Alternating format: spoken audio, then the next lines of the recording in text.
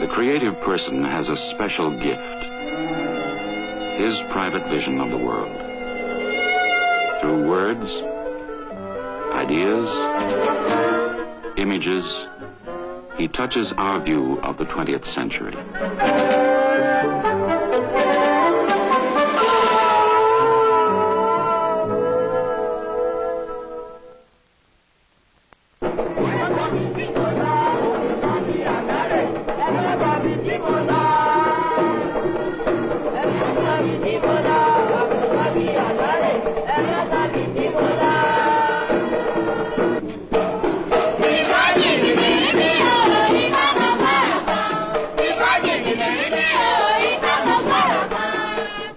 Duro Oladipo is the founder, director, playwright, composer, and the principal actor of the Duro Oladipo Traveling Theater Company of Osogbo, Nigeria.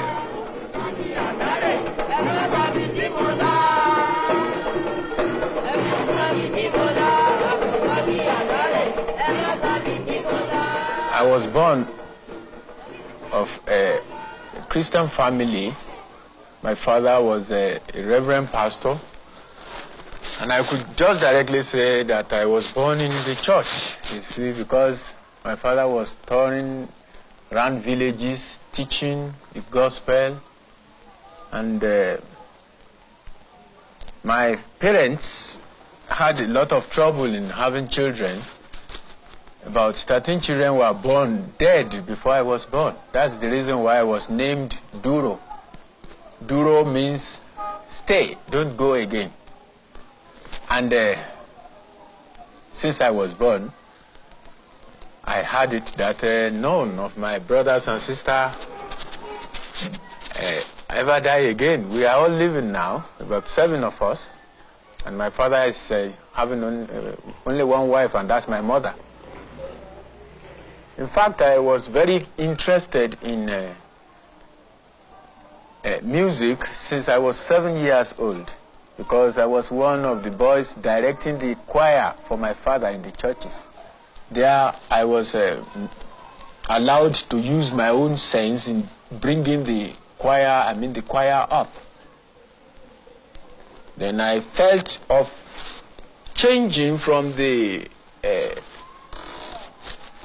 monotonous tune of the harmonium and the piano, and with this Western music, everything just sounding the same every day, every week when we come to church. I said that there should be drums here so that everybody will just be happy when we are worshiping. In fact, it was quite strange to the pastor in charge of the church. He didn't like it, but I just introduced it abruptly one Sunday, putting drums into the songs, and there was a shock to everybody. From where is this?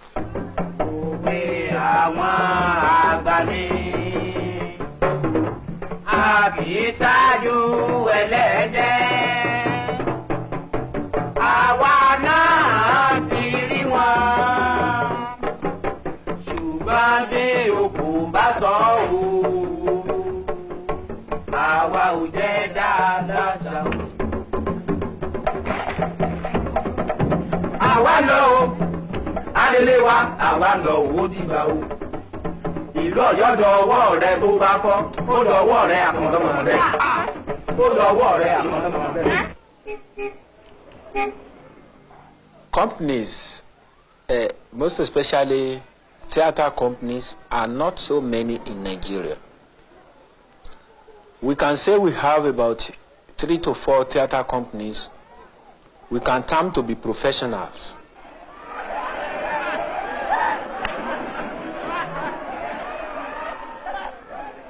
I started my theater on a salary basis. I was one of those who started this in Nigeria because I felt people should be tied down to a certain profession. We do everything together, and when we go on tour, I feed them. And at the month end, I share our profit.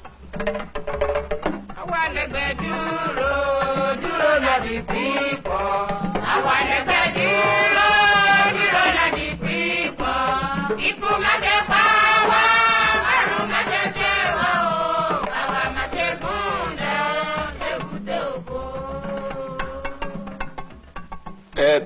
fulfilling appointments in a theater by traveling around to play is not easy. The first is the problem of transport. It's not easy to buy a mummy wagon to put the theater, and we can't trek from one place to another. Many a times we were stranded in the bush when the lorry gives trouble. We have to sleep in the bush.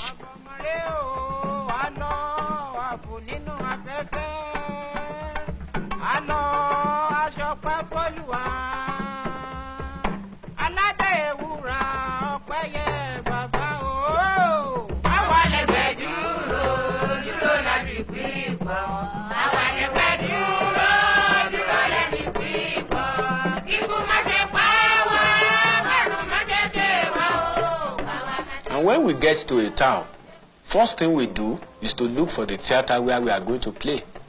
Many a times, there is no stage. We have to make one stage ourselves. We hire empty drums of oil, empty kerosene tins, hire planks, nail them together, get an improvised stage as quickly as we can. And at the same time, we think of lighting problem. We have to use hurricane lantern at times, or gas lamp. At times we improvise means by which we can get effects on the stage without electricity. But in many of the towns there is electricity. We must try as much as possible, get things set ever before we get started with the performances. Ètò ti lọ sí ìlú òyìnbó ní ọdún 1954 bákan náà pẹ̀lú ní ọdún 1955 láti ṣàṣojú ilẹ̀ Nàìjíríà ní òkèèrè lọ́hùn-ún ó ti dé sí. On the day of performance, it is our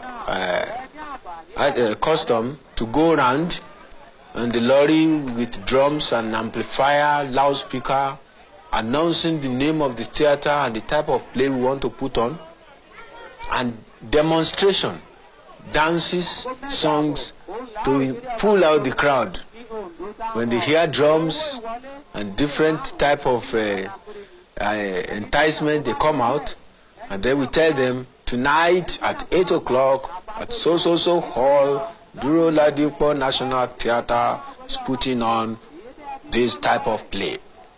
Oba Koso, Oba Waja, Oba Moro, different types. So they've been praised. That makes us happy and confident that we shall expect a good crowd. The music comes first.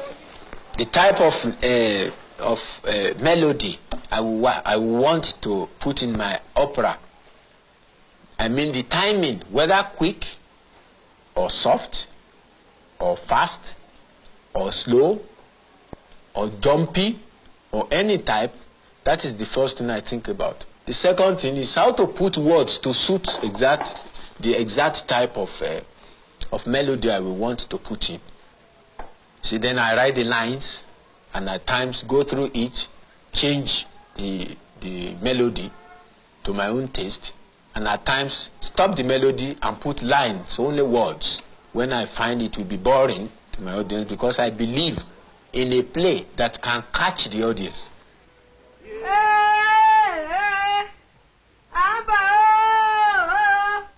I am very particular about talent. I can't just take anybody anyhow, anywhere into the theater company without first watching for his talent, you see. And at times, I casually meet people on the street. A talented person, maybe is taking part in a dance in the street or is singing. I will just invite such a person to my theater and to find out whether he or she is interested to join my theater. And we try them on drums and on many things. And psychologically, I am able to see somebody who will be good for me. And that is how I take them in.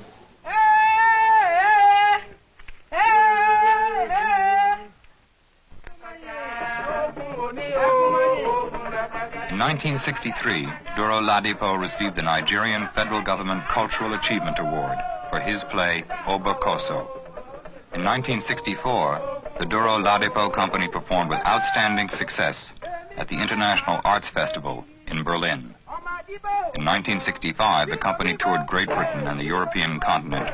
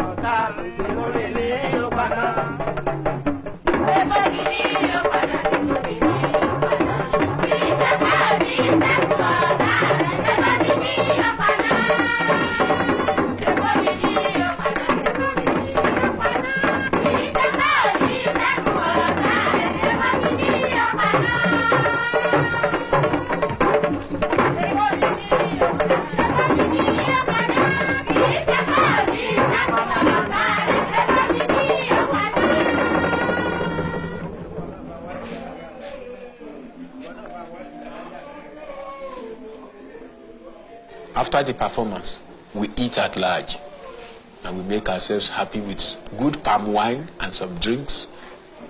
Many a times food sellers forget to prepare food for us, if even we pay them in advance. So we have to carry our stoves and our cooking materials, and then we make ourselves happy. We dance to tunes of record players.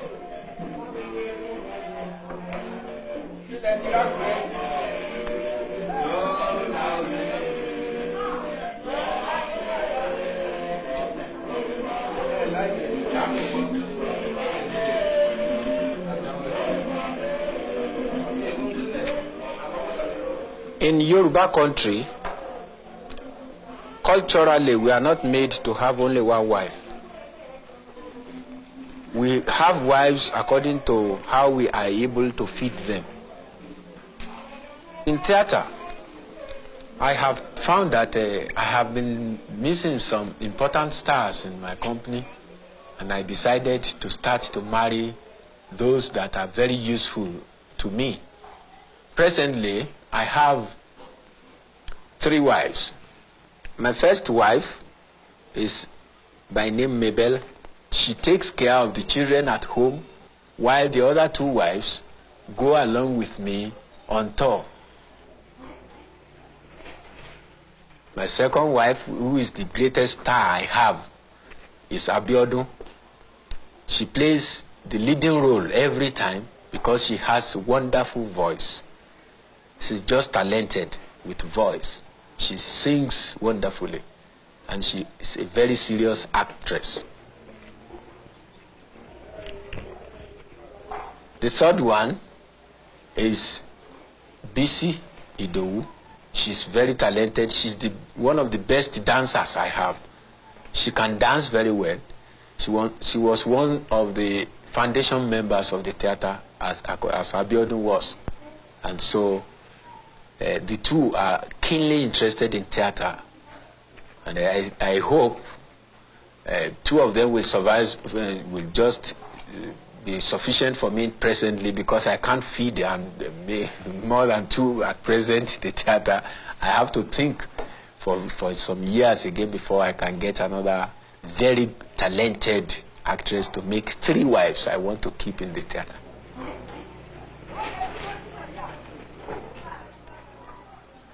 Duro Oladipo lives in Oshobo, one of the principal towns in the western region of Nigeria. Although Nigeria is today governed as a constitutional democracy, traditional rulers and kings, with such titles as Oba, Timi, or Alafin, continue to exert considerable influence among the population of their respective communities. Duro Oladipo is perhaps the first to have used folk opera as a medium for historical tragedies. Occasionally, he performs these plays in the presence of traditional chiefs and rulers.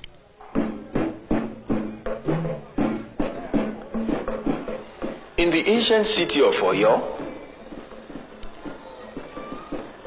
the The Alaafin is the supreme head.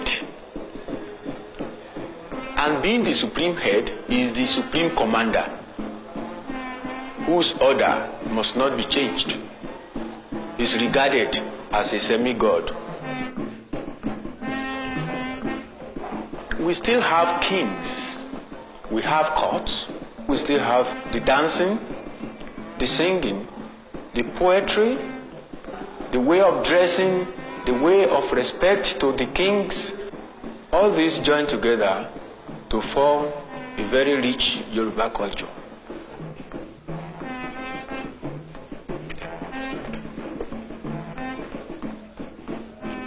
After the advent of the Europeans, and with the new constitution and all the rest of it, instead of prostrating with the drums, we have our young ones shaking hands with their elders, copying directly from the modern life. I, as a playwright, felt when I wanted to start my work on playwriting like reviving most of the respectable aspect of the Yoruba culture.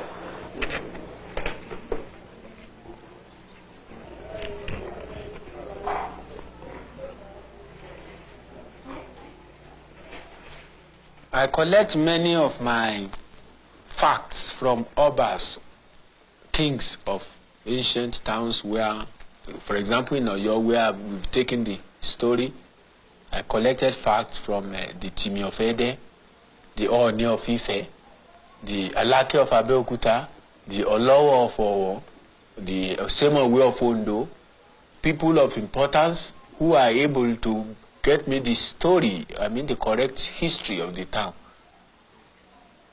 In particular, Oyo is the kingdom of the seat of the kingdom of Yoruba country. And the king there is such a very great person that nobody can just come near him anyhow.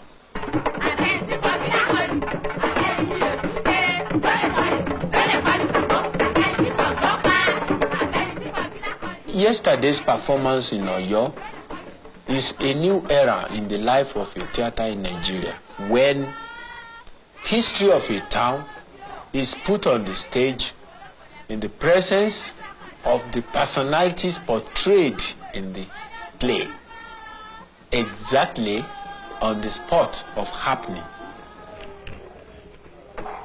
All the characters in the Obakoso play were fully represented yesterday in the palace of the Alaafin of Oyo.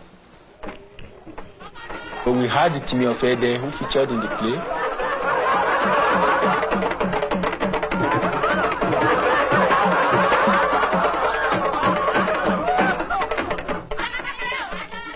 We had the Alaafin of Oyo who featured in the play. We had the Oyomesis. We had the Banka, another warrior who featured in the play. All the characters in the Obakoso play were fully represented yesterday in the palace of the Alaafin of Oyo, where this story happened years gone by. When the Europeans came, many of our traditions were stopped because it was believed that people worshipping Shango, Oya, Obatala, and all these orishas in Yoruba country are non-heathen, are non-Christians, and they are termed to be pagans. But I have read a lot of Bible, from Genesis to Revelation. Very interesting book. I believe in the strength and the greatness of the Word of God. Still yet, I felt like going back again to see why these people who were worshipping orishas did it. Then I had the feeling of going into the lives of great people who had died long before the arrival of Christianity. I chose Obakoso, Shango, a king who was, because of his greatness and the type of death he died, that people started to worship him, and they are still worshiping him till today. Jesus Christ came to the world to save sinners, and he was killed. And I feel Shango too was adorned by his people. That's why he was made a god being worshipped. We worship Jesus Christ. We believe that he's the Son of God and he has come to save sinners.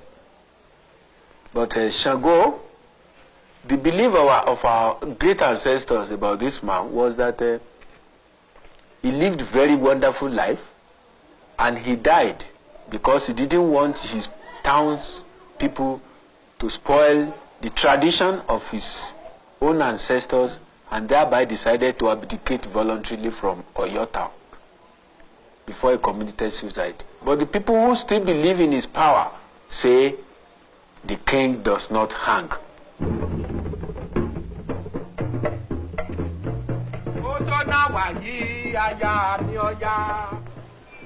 King Shango felt himself very miserable and lonesome.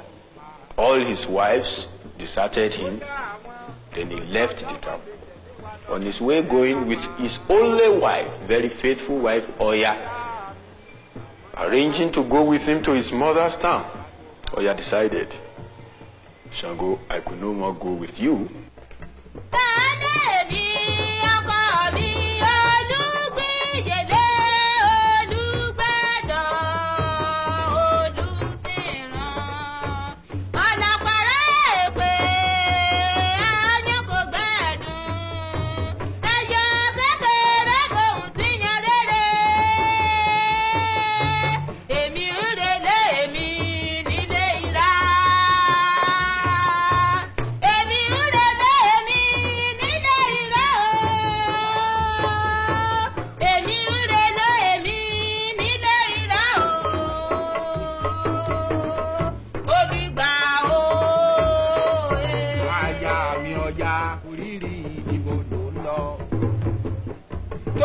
Nìkan mọ́ mi nínú ìṣòro, ó tún wá fẹ́ fi mí sílẹ̀ lọ. Then on seeing this, Shango felt he could no more live. He had to commit suicide. And the nearest way he could get a death was by hanging. Then he hung himself on the neck.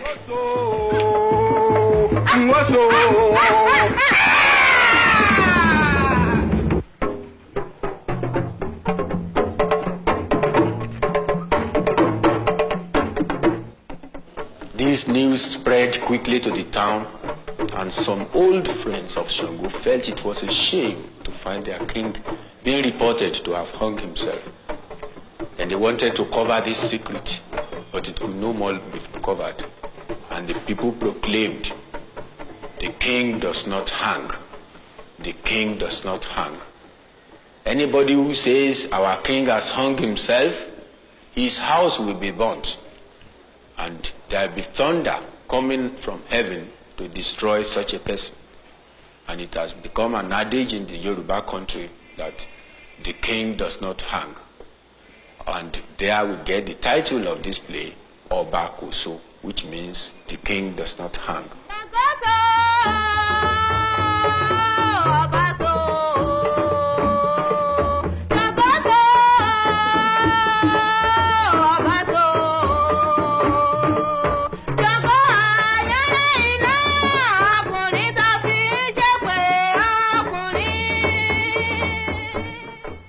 Pounded yam will stay fresh for 20 years. Don't throw it away. The yam flour will keep for 30 months. Don't throw it away. For Shango is coming back to eat the food.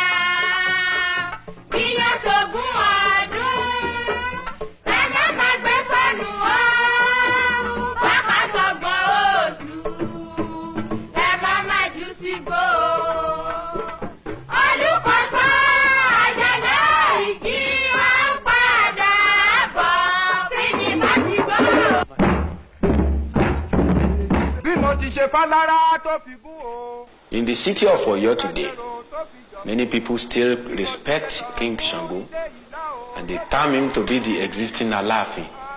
Any Alaafin that reigns must pay the greatest homage to this king, and it remains till today. But I don't want this thing to die. It cannot die.